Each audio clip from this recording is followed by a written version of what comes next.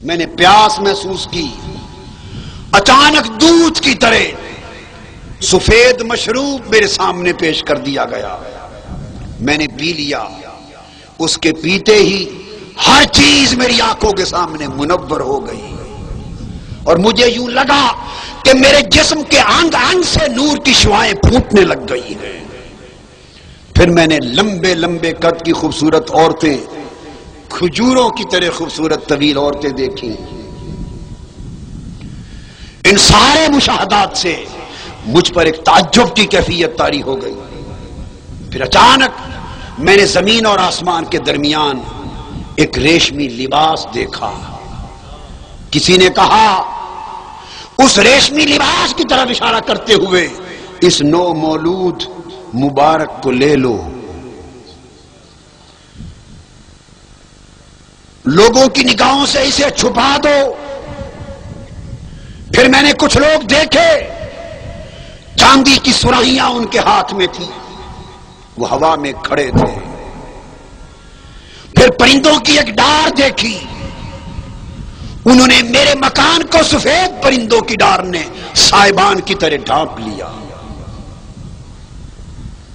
ان کی شکل عجیب تھی، نور کے پرندے تھے اور ان کے وجود بکا نور دکھائی دیتے تھے۔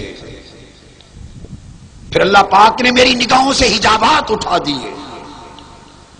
حجابات اٹھنے کی دیر تھی، میں نے مشرق، مغرب اور کعبۃ اللہ کی چھت پر 3 جھنڈے نصب دیکھے۔ اس طرح میں اچانک تولد مصطفیٰ کا عمل شروع ہو گیا۔ تولد مصطفیٰ کا عمل ایک بے مثال عمل تھا۔ میں نے دیکھا اس کیفیت نور میں کہ ایک پیکر نور میری گود میں آیا، میں نے اسے اٹھانا چاہا تو وہ زمین پر سجدہ رہے۔ میں نے اسے سجدہ ریز حالت میں دیکھا، جھک کر غور سے دیکھا تو وہ اپنی انگشت شہادت اوپر اٹھا کر کوئی گواہی دے رہا تھا۔ پھر میں نے سفید بادل دیکھا، وہ نیچے اترا، اس نے اس نو مولود کو چھپا لیا، میری نظروں سے اوجھل کر دیا۔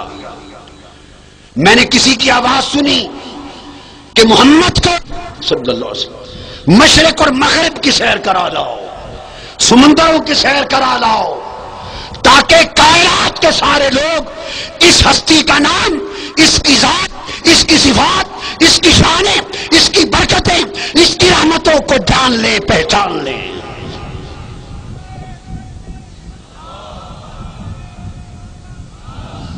پھر اچانک وہ نو مولود مبارک وجود میری آنکھوں کے سامنے ظاہر ہو گیا۔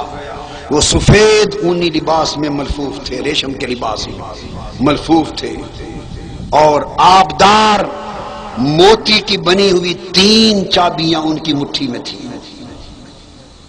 3 چابیاں ولادت کے وقت جب دوبارہ ظاہر ہوئے تو 3 چابیاں مٹھی میں تھیں۔